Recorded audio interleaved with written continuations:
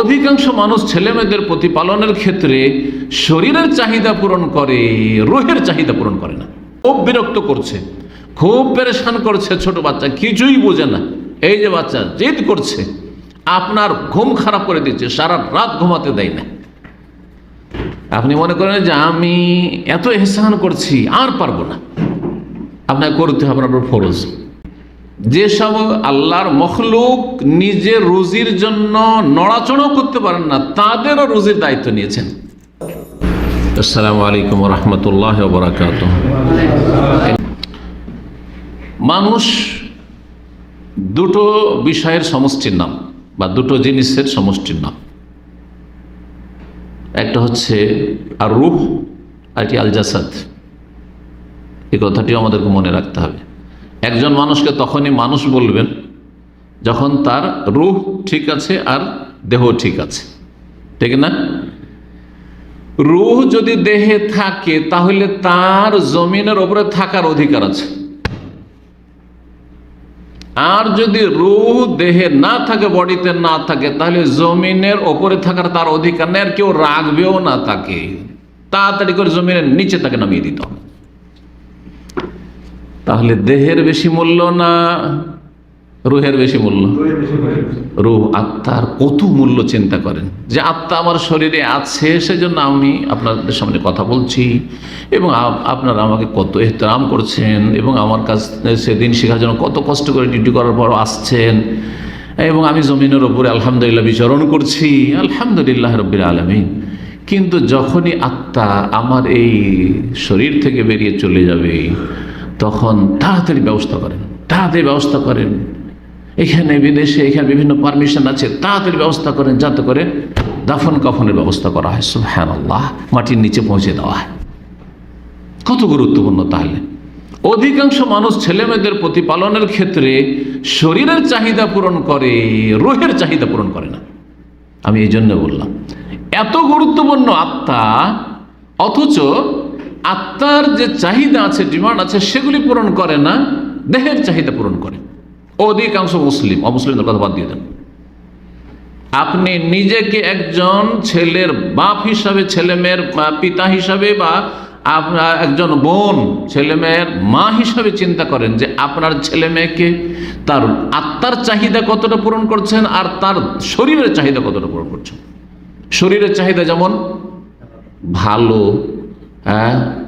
সুস্বাস্থ্যকর খাওয়া দাওয়া দিতে হবে, ঠিক না? তার ঘুমগুলো যাতে ভালো হয় সেরকম ব্যবস্থা দিতে হবে, ঘুমাবার মতো ভালো একটা জায়গা দিতে হবে। গরমের সময় বিনা এসিতে যদি ফেলে রেখে দেন, কই ফেলে রাখবেন সৌদি আরবে নিজের ছেলে মেয়েকে?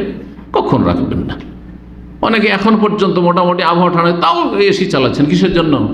আরে নিজের ঘরে এসি চালাচ্ছেন না। আমি নিজে বলছি, আমি নিজের ঘরে এসি চালাই, কিন্তু বাচ্চা দেখছে ঘেমে যাচ্ছে, না ওদেরটা চলতে দাও, কিছুক্ষণ ঠান্ডা হয়ে যাক। তাহলে চিন্তা করে শরীরের চাহিদা কতটা আমরা পূরণ করছি। খাওয়া দাওয়া, ভালো ঘুম, ভালো চিকিৎসা। একটু অসুখ হলে তাড়াতাড়ি করে চিকিৎসা করা যাক, তাড়াতাড়ি করে চিকিৎসা করা যাক। নিজের সুস্থতার চাইতে বেশি গুরুত্বপূর্ণ ছেলে মেয়েদের সুস্থতা। সবাই বুঝছেন, যাদের ছেলে মেয়ে হয়েছে সবাই ভালো করে বুঝতে পারছেন। তাহলে আমরা শরীরের চাহিদা পূরণ করার ক্ষেত্রে কত যত্নবান, কত আমরা সজাগ সচেতন যে ছেলে মেয়েদেরকে শরীরের চাহিদাগুলি পূরণ করার সব দিতে হবে। আমরা বাসি পেটে মাদ্রাসা গেছি, বাসি পেটে পড়াশোনা করে এসেছি, তারপরে আমরা নাস্তা পেয়েছি। এখন নাস্তা করে পাঠানো হচ্ছে, তারপর নাস্তা বেঁধে দেওয়া হচ্ছে, পানি স্পেশাল একবারে মিনারেল ওয়াটার বেঁধে দেওয়া হচ্ছে, হচ্ছে না? হচ্ছে না? আর তারপরে পকেটে কিছু টাকাও অনেকে দিচ্ছে যে যা কিছু ইচ্ছা হলে খাবি, যা টাকা পয়সা বেঁধে দেওয়া হচ্ছে। সুবহানাল্লাহ, আসছে তার আগে খাবার রেডি আছে। এই কথাগুলি যদি, এই পার্থক্যগুলি যে বলছি, তো আমাদের ছেলেরা যারা আছে হয়তো অনেকে ভাববে, নিউ জেনারেশন, যেগুলো মনে হচ্ছে 200-400 বছর আগের কথা, আজকে থেকে 30-40 বছর আগের কথা, আজকে থেকে 30-40 বছর আগের কথা বলছি। যে মাদ্রাসার ছেলে হোক আর স্কুলে, আমি স্কুলেও পড়াশোনা করেছি, প্রাইমারিতে আর মাদ্রাসায় পড়েছি। স্কুল যদি মর্নিং সকালে হচ্ছে, বাসি পেটে গেছি 11টা 10টার আগে 9 এসছি। আর যদি সকাল 10টা 11টা স্কুল শুরু হয়, আর বিকাল 4টা শেষ হয়, তো ওই নাস্তা খেয়ে ওইটা দিয়ে চলে গেছি, ওই 4টায় 5টায় এসে কখন ভাত। এর মধ্যে না একটা পয়সা পকেটে আছে, না কোনো নাস্তা পানি আছে, না পানি আছে। ওই নলকূপ আছে, ওই বাসার লাগলো নলকূপে গিয়ে একজন চাপছে বা নিজেই চেপে। আপনারা খেয়েছেন অনেকে, হয়তো জানা আছে। সুবহানাল্লাহ, আল্লাহ শুকরিয়া আদায় করেন। এই নতুন ছেলেরা আল্লাহ শুকরিয়া আদায় করেন, এবং ছেলে মেয়েদের বাবা যারা মা আছেন তারা আল্লাহ শুকরিয়া আদায় করেন যে আল্লাহ কত সহজ করেছে, রেজেকের দ্বার কত প্রশস্ত করেছে। পয়সা আছে তাই বলে তো খাওয়াইতে পারছেন। তো এই যে দেহের চাহিদা পূরণ করছেন, আত্মার চাহিদা কি পূরণ করছেন? যেমন দেহের আহার আছে, খোরাক আছে, ঠিক তেমনি আত্মার খোরাক আছে, আহার আছে, গেজা। আরবিতে গেজা বলা হয়, গেজা ও রুহ ওয়াল জাসাদ, শরীরের গেজা বললাম। হ্যাঁ, আর বুঝছেন যথেষ্ট যে একটা ছেলে মেয়েকে, কচি কাচাকে কোন বয়সে কি দিতে হবে। চিন্তা করেন, প্রতিটি বয়সে 6 মাসের নিচে আছে বাচ্চা, কোন ধরনের খাবার দিতে হবে। এখন 6 মাস পার হয়েছে তো কি খাবার দিতে হবে, 1 বছর হয়ে গেছে তো কি খাবার দিতে হবে। সুবহানাল্লাহ, কত যত্নবান। কিন্তু এই ছেলে যে আত্মা আছে, যে আত্মাটা সবচেয়ে মূল্যবান, সে আত্মার খোরাক আহার কি দিচ্ছি এবং কি পরিকল্পনা এই ক্ষেত্রে আছে যে আমি ধীরে ধীরে ধীরে আত্মার আহার কিভাবে আমার ছেলে মেয়েকে দেব। কয়জন বাপ মায়ের আছে? প্রায় নেই বললে চলে। আর সেটি হচ্ছে কোরআন ও হাদিসের ইলম, ওহির ইলম দিতে হবে, এবং ওহি মোতাবেক যাতে আমল করে এবং ওহির বিধানকে যাতে আঁকড়ে ধরে। এটা হচ্ছে আত্মার খোরাক, আত্মারা। সহজ ভাষায় বলছি, লম্বা একটা আলোচনাকে আমি খুব সহজ ভাষায় বলে দিলাম যে আত্মার আহার হচ্ছে ইলম, ইলমুল ওহি ওয়াল আমাল বিহি, আমল, এবং তার উপর অটলতা, ইস্তেকামা, অটলতা। আর তারপরে দাওয়াত দিতে পারলে আরো ভালো, কারণ যে দাওয়াত দেয় তাকে কেউ দাওয়াত দিতে পারে না। আমরা যে সালাফি দাওয়াত দিচ্ছি, আমাদেরকে কোনো তবলিগি দাওয়াত দিতে পারবে না, পারবে? কোনো জামাতি খোয়ানি দাওয়াত দিতে পারবেন না। ও ভয়ই আসবে না, কি জানি এর সাথে কথা বলতে আমি না গুমরা হয়ে যাই, আমাকে না ডেকে নেই, তাই না? মানে আমাদেরকে তো ভুল পথে, সুতরাং ওই পথে না চলেছি, ওদের কাছে না, দূর দিয়ে বলা। কিন্তু আপনি যদি চুপ থাকেন, যে চুপ থাকে তাকে মানুষ কথা বলে। আমরা তো চুপ নেই, আলহামদুলিল্লাহ, কাল আল্লাহ কাল রাসূল বলতে আছি, মানহাজে সালাফ বলতে আছি, সাহাবায়ে কেরামের আদর্শ বলতে আছি, তো এর সামনে আর বলার সুযোগ কোথায়? মুখটা বন্ধ রাখেন, মোটেই দিনের কথা বলেন না আপনি কাউকে, তখন আপনাকে বলবে। নাস্তিক এসে নাস্তিকতার দাওয়াত দেবে, আর মুশরিক মাজার পূজারি মাজার পূজার দাওয়াত দেবে, তবলিগের দাওয়াত দেবে, জামাতের দাওয়াত দেবে, আওয়ামী লীগের দাওয়াত দেবে, বিএনপির দাওয়াত দেবে, সব দিতে থাকবে। তাহলে দাওয়াত যদি দিতে পারেন, তাহলে আপনি যে কোনো জায়গায়, যত প্রতিকূল পরিবেশ হোক, অমুসলিম দেশে বাস করছেন, পশ্চিমা দেশে বাস করছেন, দাওয়ার কাজ করেন, দেখবেন যে আপনি নিজের দিনের ওপর টিকে আছেন, আর আপনার কাছে বাতিলগুলো আসবে না, সহজে বাতিলগুলো আসবে না, যে এর কাছে গিয়ে লাভ নেই। আল্লাহ রাব্বুল যেন তৌফিক দান করেন। জি, ছেলে মেয়েদের রুহের আহার দেওয়ার চেষ্টা করেন, কারণ এই ক্ষেত্রে সবচেয়ে বেশি কি রয়েছে? গাফিলতি রয়েছে, উদাসীনতা রয়েছে। এই ক্ষেত্রে সজাগ হন, জাতিকে সজাগ করুন, ভাই বোনদেরকে সজাগ করুন। ভাই বোনদের ছেলেমেয়েরা আছে, আপনি আলহামদুলিল্লাহ কিছুটা শিখেছেন, সৌদি আরব এসেছেন, আপনার নিকট আত্মীয়রা অনেকে আছে ছেলেমেয়ের বাবা হয়েছে কিন্তু এই সৌদি আরবে আসেনি, বা আমাদের আলোচনাগুলি বা এই ধরনের যেসব লিখনি রয়েছে সেসব পড়েও না, বা এতটুকু জ্ঞানও নেই যেটুকু আপনার জ্ঞান হয়েছে। সুতরাং তাদেরকে এই বিষয়গুলি সম্পর্কে সচেতন করার চেষ্টা করেন। আল্লাহ যেন আমাদের সকলকে তৌফিক দান করেন। ছেলে মেয়েদের অধিকারের ক্ষেত্রে এই আলোচনার পরে একটি কথা বলবো, সেটা হচ্ছে যে ছেলে মেয়েদের ভরণ পোষণ আপনার তো ফরজ, ভরণ পোষণ ফরজ। আপনি এটা মনে করিয়েন না যে আমি এহসান করছি, কারণ অনেক বাপ মাই মনে করে যে আমি ছেলে মানুষ করছি, বাবা তোমাকে মানুষ করছি, এটি তোমার উপর আমার অনেক বড় অনুগ্রহ, এহসান। ঠিক আছে, এহসান তো অবশ্যই আছে, এহসান তো অবশ্যই আছে, কিন্তু আপনার এটি এহসান কোনো নফল এহসান না। আল্লাহ আপনার উপর এই এহসান করা ফরজ করেছেন। সুতরাং আপনি ওইটাও মনে রাখবেন, ওই আপনার যেন ইয়াকিনটা থাকে যে আমি আমার ফরজ আদায় করছি, আমি আমার ফরজ আদায় করছি। একটা ছেলে মেয়ে খুব বিরক্ত করছে, খুব পেরেশান করছে, ছোট বাচ্চা কিছুই বোঝে না, এই যে বাচ্চা জেদ করছে, আপনার ঘুম খারাপ করে দিচ্ছে, সারা রাত ঘুমাতে দেয় না। আপনি মনে করেন যে আমি এত এহসান করছি আর পারবো না, আপনাকে করতে হবে, আপনার ফরজ, আপনার এর তরবিয়ত করা ফরজ। জি হ্যাঁ, এর যেমন ভরণ পোষণ, পেটের খাবার দেওয়া ফরজ, তেমন এর পরিচর্যা, এর তরবিয়া, শারীরিক, যেটাকে তরবিয়া বাদানিয়া বলা হয়, শারীরিক পরিচর্যা, তার যত্ন নেওয়া, তার দেখাশোনা করা এবং তাকে যথাসাধ্য সুস্থ রাখার চেষ্টা করা, সার্বিক দিক থেকে শান্তিতে রাখার চেষ্টা করা, এটা আপনার ফরজ কাজ, ফরজ দায়িত্ব পালন। ফরজ দায়িত্বের মাধ্যমে এহসান করছেন। তাহলে এহসানের দুটো স্তর, একটা হচ্ছে এহসান নফল এহসান, আপনার কাছে কেউ টাকা পয়সা ধার চাইলো, দিলেন টাকা পয়সা, নফল, কোনো ফরজ না, অজব না। সারা জীবন যদি টাকা না ধার নেই, কোনো আপনার ফরজ নাই, দিতে বললে ভালো, খুব ভালো কাজ। হ্যাঁ, কেউ না খেয়ে মরে যাচ্ছে আর আমাদের টাকা পয়সা চেয়ে, ভিন্ন বিষয়, তখন হয়তো ফরজ আছে।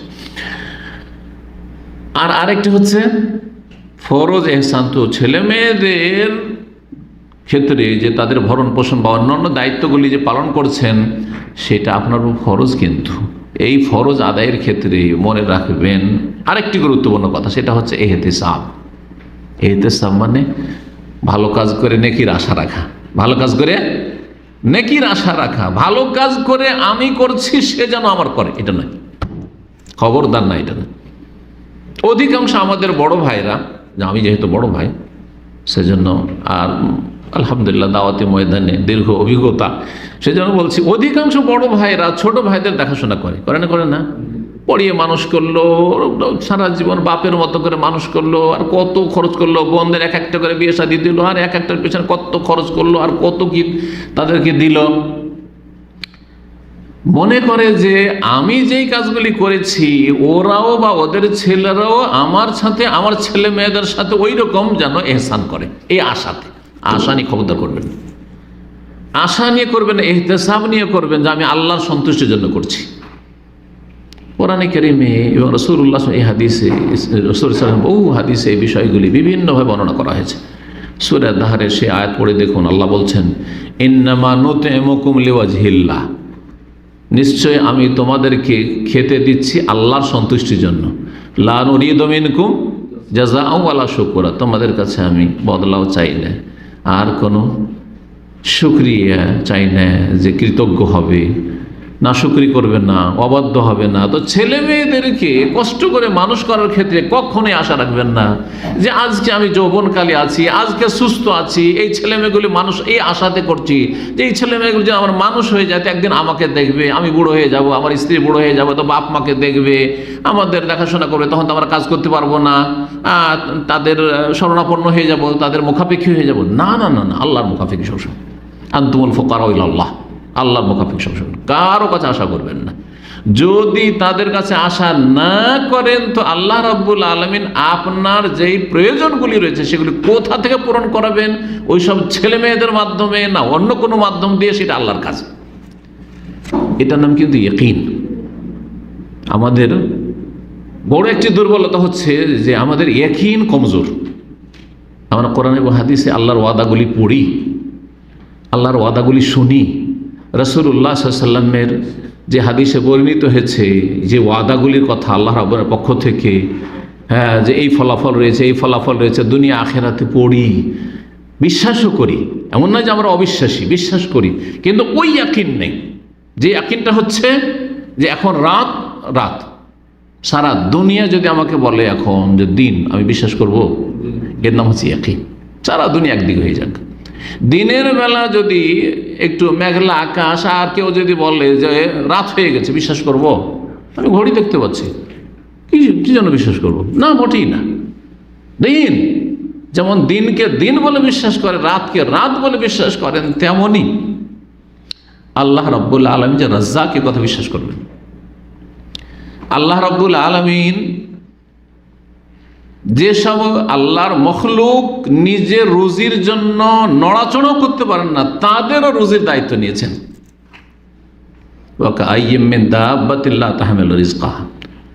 কত শত প্রাণী রয়েছে, কত শত জীব রয়েছে, লা তাহমিলু রিজকাহা, নিজের রিজিক বহন করতে পারে না। আল্লাহু ইয়ারযুকুহা ইয়্যাকুম, আল্লাহ তাদেরকে রিজিক দেন এবং তোমাদেরকে আল্লাহ রিজিক দেন।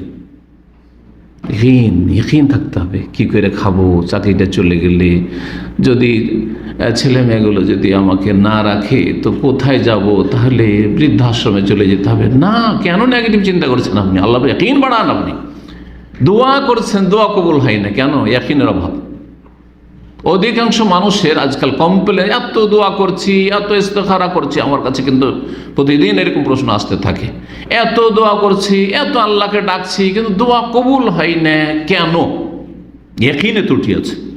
অন্যান্য ত্রুটি হইতে পারে, কিন্তু অন্য ত্রুটি যদি নাও থাকে, ইকিনে ত্রুটি আছে। দোয়া করছেন কিন্তু ওই ইকিনের সাথে নয়। উদউল্লাহ ওয়া আনতুম মুকিনুনা বিল ইজাবাহ, আল্লাহর কাছে দোয়া করো কবুল হওয়ার ক্ষেত্রে ইকিনের সাথে মুকিনুন শব্দটি ব্যবহার করেছেন নবী করিম সাল্লাল্লাহু আলাইহি ওয়াসাল্লাম।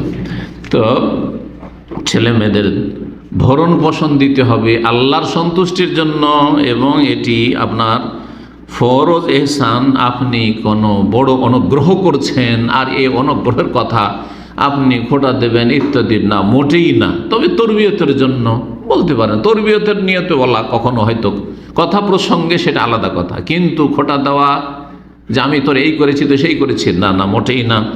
আল্লাহ রাব্বুল যেন আমাদেরকে ইখলাস দান করেন এবং ইহতিসাব, নেকির আশা রাখার তৌফিক দান করেন, নেকির আশা রাখার তৌফিক দান করেন।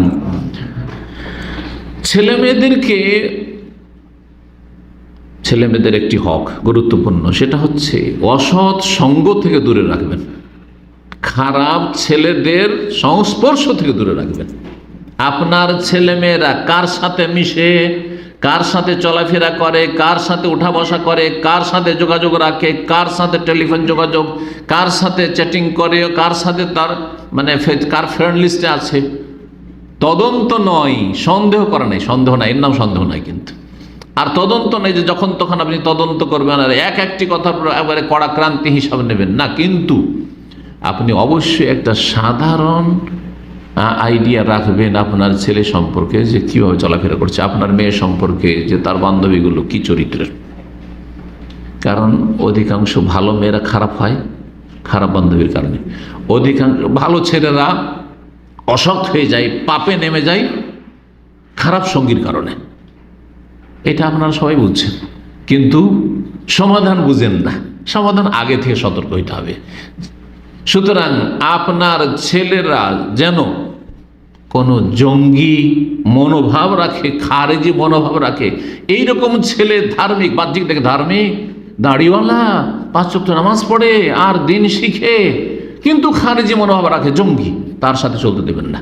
এটা মনে করবেন যে না, তো ও তো ভালো ছেলেদের সাথে চলাফেরা করে। আপনি একটু ভিতরে ঢুকে দেখলেন না যে আচ্ছা ছেলেগুলো ঠিক আছে, দাড়িওয়ালা ছেলে, নামাজি ছেলে, কিন্তু কোন মানহাজের? এরা সালাফি মানহাজের, না খারেজি মানহাজের, ইখওয়ানি মানহাজের, না এরা তবলিগি, না বেরলবি, দেখলেন না, ব্যাস দাড়ি আছে, টুপি আছে, আর নামাজ কালাম করে, যেমন আমাদের দেশের কথা, ব্যাস আমার সাথী, আমার ছেলেদের সাথী সঙ্গীত ভালো। মেয়ে বোরকা পরে, আপনার মেয়ের বান্ধবী বোরকা পরে, না না আমার মেয়ে তো মাশাআল্লাহ বেহায়া বেপর্দা, মেয়ের সাথে কোনো যোগাযোগ রাখে না, সব মেয়ে বোরকা পরা মেয়ে, সব বান্ধবী আমার মেয়ের। কিন্তু বোরখার ভিতরে যে আরো কিছু লুকিয়ে আছে, ওই সব খোঁজ খবর রাখেন না। দেখতে হবে যে বোরখা ঠিক আছে, বাইরে বোরখা আছে, বাড়িতে কি আছে ওটাও দেখতে হবে।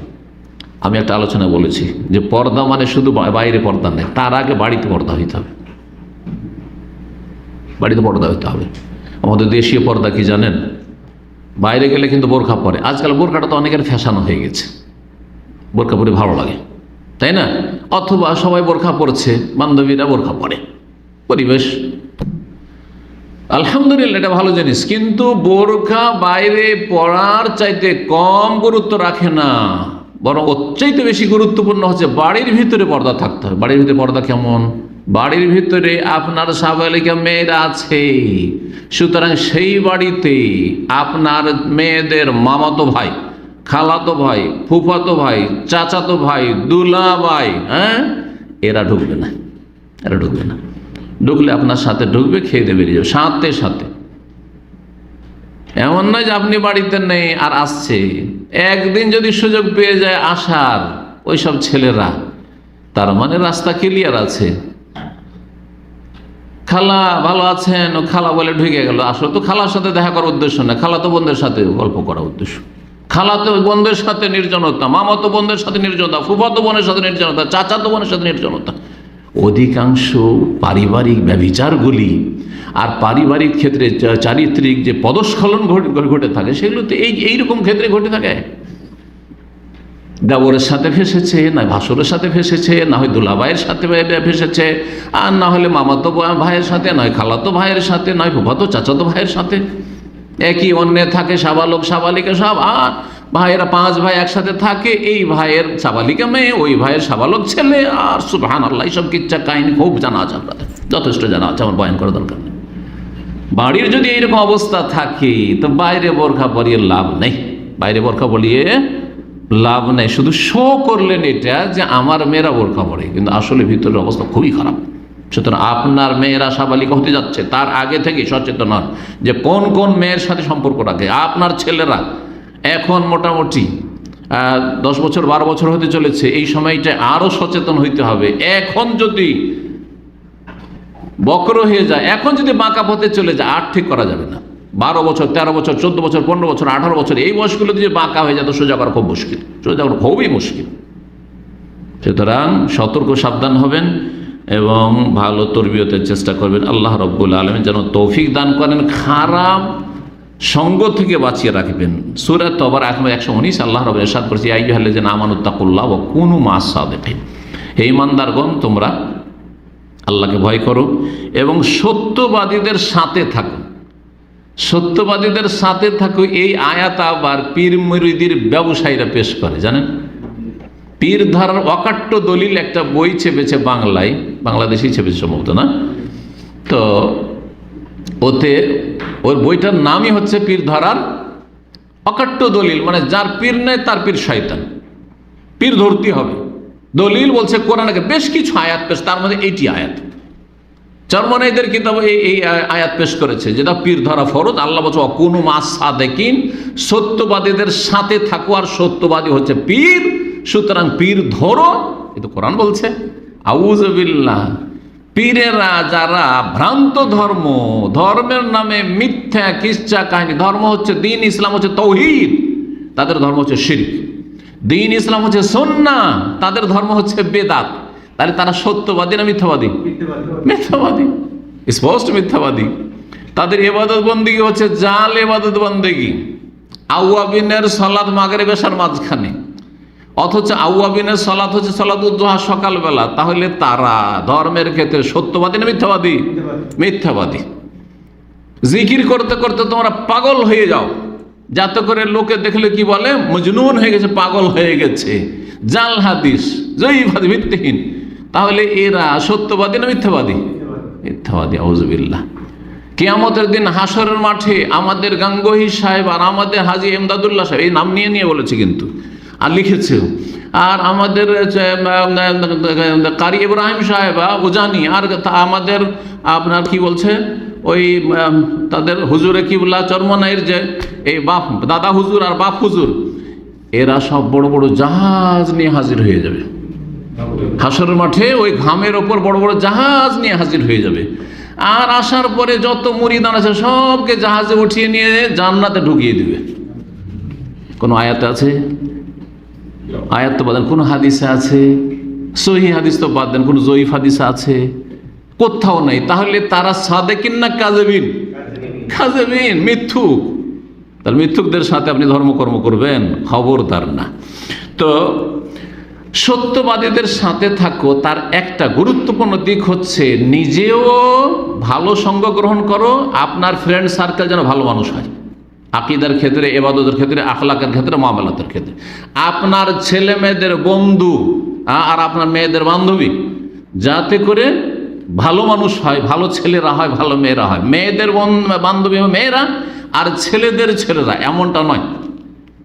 যেমন আজকাল ছেলেরা বলে যে আমার এক বান্ধবী আছে, আবার মেয়েরা বলে আমার এক বন্ধু আছে, বয়ফ্রেন্ড আর গার্লফ্রেন্ড। হারাম এটি, হারাম এটি, এটি একটি জেনা, এইটাই একটা জেনা। এই কথাটা একটা জেনার কথা। এতে একটা কি আছে, সুরসুরি আছে। সোজা কথা ভালো করে শুনে রাখেন। কখনো হইতে পারে না যে একটা ছেলের বান্ধবী হবে একটা মেয়ে, আর একটা ছেলের একটা মেয়ের হ্যাঁ, বন্ধু হবে একটা ছেলে, কখনো না, একমাত্র স্বামী স্ত্রী ছাড়া, ইল্লা আলা আজওয়াজিহিম।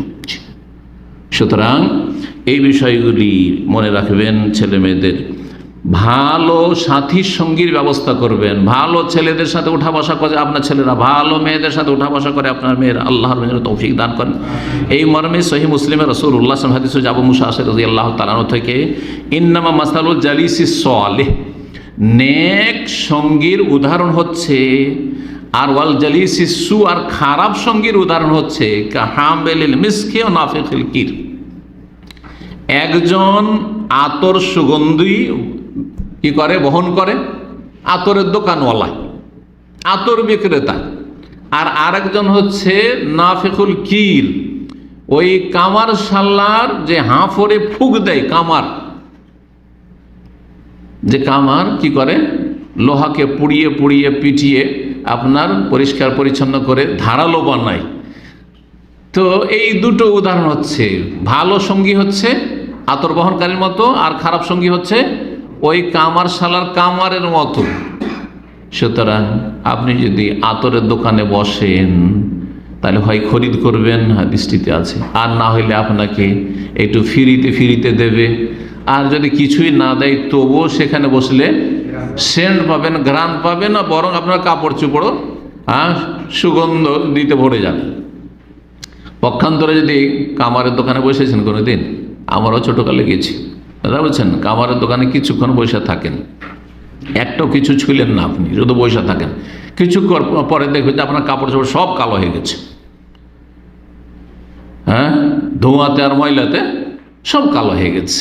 ঠিক ওই রকমই ছেলে মেয়েদের তরবিয়তের ক্ষেত্রে মনে রাখবেন যে আপনি, তাই বলছেন নবী করিম সাল্লাল্লাহু আলাইহি ওয়াসাল্লাম, হাদিসটা বলে দিই, বলছেন যে ফাহামিলুল মিসক ইম্মা ইউহজিয়াকা, যে মিস্ক বহনকারী আতর যার কাছে রয়েছে সে হয় তাকে তোমাকে দেবে, এমনি হাদিয়া দিবে, ওয়াইম্মান তাবতা মিনহু, অথবা তার কাছ থেকে খরিদ করবে, ওয়াইম্মান তাজাদা মিনহু রিহান তাইয়্যিবাতান, অথবা তার কাছ থেকে ভালো ঘ্রাণ পাবে, সুগন্ধি পাবে।